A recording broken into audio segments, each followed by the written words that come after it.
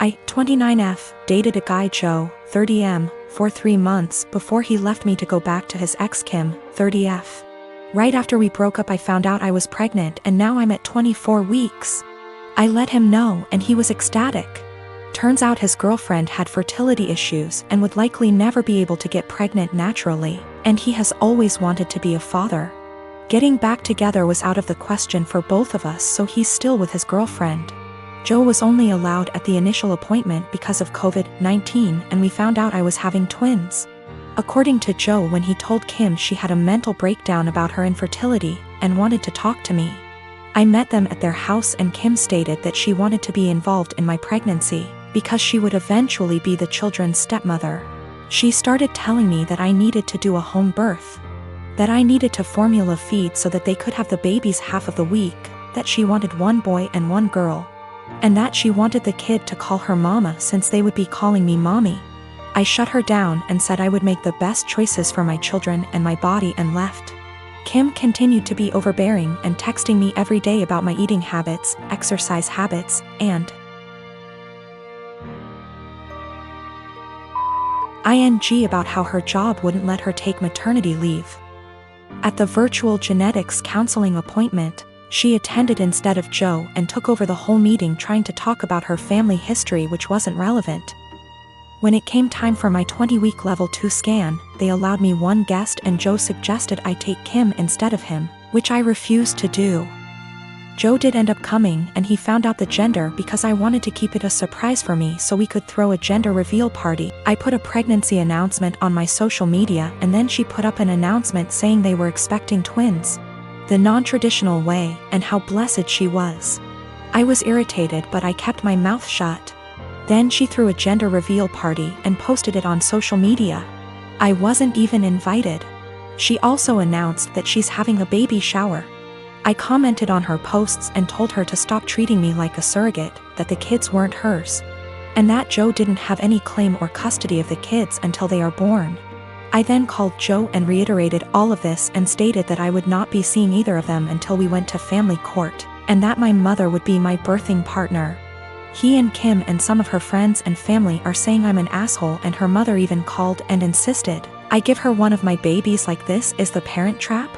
I'm definitely getting a lawyer ASAP. Y'all have scared the shit out of me, but I'm happy you did. We used condoms because I do not react well to hormonal birth control, and I had to wait to get a non-hormonal IUD because of other medical issues. The Thursday I posted this, I went to the police and they stated that there was nothing they could do because a crime hadn't been committed. In my state, orders of protection are criminal or family, so I was able to get one against Joe. On Friday, I did get a lawyer and they let me know in my state there was nothing I could do as far as custody before the babies are born. So I will be leaving my state soon to ensure that this isn't my baby's home state and I can't be charged with anything. Kim came to my job, damaged my car, and broke a bunch of office windows. I work with kids, so she was arrested for not just the criminal damage and trespassing but also child endangerment, so hopefully that works in my favor. Also, if Joe did it on purpose, I don't think Kim knew, because she was screaming at me about how I stole her life and everything I had was supposed to be hers. I have orders of protection against both Kim and Joe. I left the state anyway and Joe and Kim started harassing me again because there's no legal jurisdiction when you leave the state. But I have enough evidence that I was able to press charges in my current state as well and will be pursuing a restraining order here. I am a gemologist. I spend my days in the lab testing and identifying stones.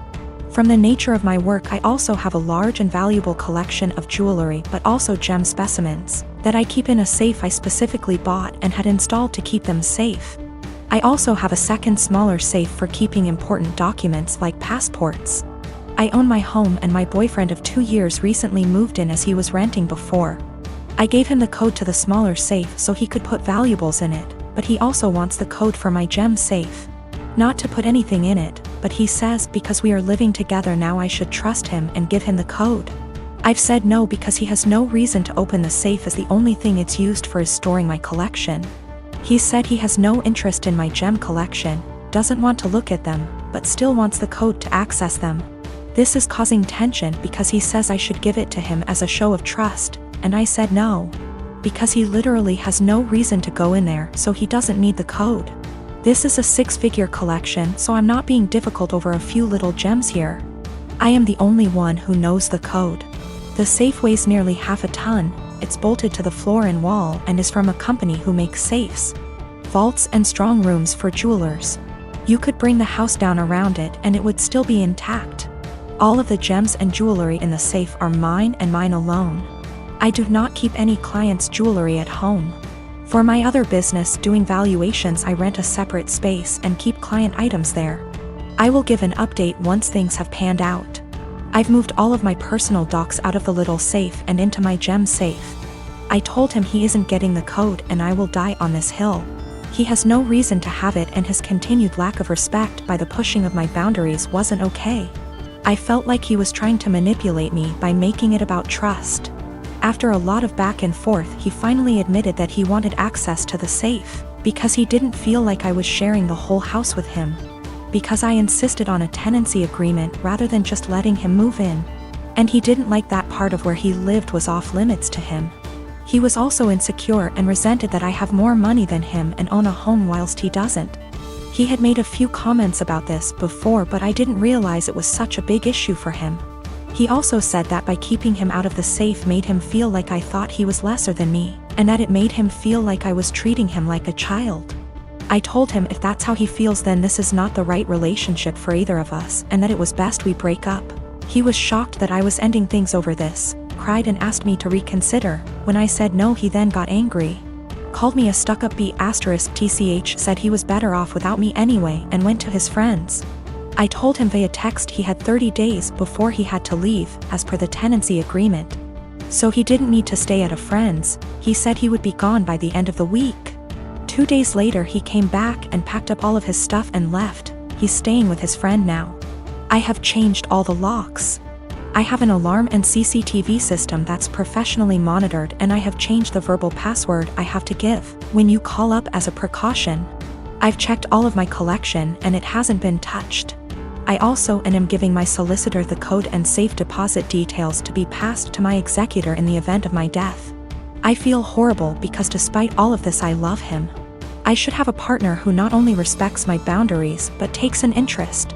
I'm pretty cut up right now and missing him, but I know I'll be okay. I have great friends and family around me. Also, diamonds are a girl's best friend, and I have a few knocking around to help cheer me up. My sister and her husband were sent to prison at the start of this year, and sadly won't be released for a few years. That left me to look after their 15-year-old daughter Amy. I was perfectly happy to do this, but as most of their wealth was seized for being ill-gotten, it's meant that I've been having to care for her out of my own pocket. Once again, this doesn't bother me, but it's meant massive life changes for the kid. Firstly, they sent her to a private school. I can't afford anywhere near those fees, so I had to transfer her to a local school. She was upset at this at first, but she quickly made friends and is excelling academically, so this isn't a huge problem.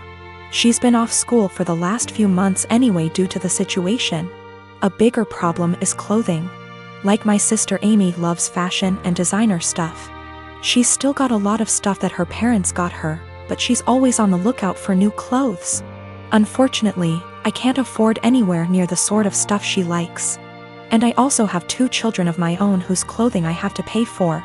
I have told my sister this, but she insists I should make allowances because her daughter is going through a tough time. Amy also really doesn't get along with my daughter Hannah, who is 11. She bullies her, calls her stupid and ugly, tells her none of her friends really like her, etc. She has made her cry on many occasions and often continues to taunt Hannah while she cries. Yesterday I caught Amy trying to buy a dress costing over $1,000 with my card. I was fuming and had a long conversation with her. She cried and sobbed that she just wanted one nice thing. My sister called from the prison, and Amy cried over the phone that she hates here and I treat her unfairly. I spoke to my sister afterwards and she begged me to go easy on her daughter because she's still adjusting. I put food on this kid's plate. I buy her whatever clothes I can afford, even if they aren't to her taste. I take her to visit her parents as much as possible. They're held in different facilities. And I do all of that on top of working and looking after my own children. I told my sister that I was willing to look after her daughter for as long as she needs. But if anything like the card incident happens again, or if she continues to pick on my daughter, there will be serious consequences for her. My sister wanted to argue, but they get limited time on the prison phone. I think what I'm doing is right. I get that the kid is going through a tough time, and I'm doing everything I can to be there for her. But I can't just tolerate bad behavior or bullying, and I can't afford to pay for her expensive clothing.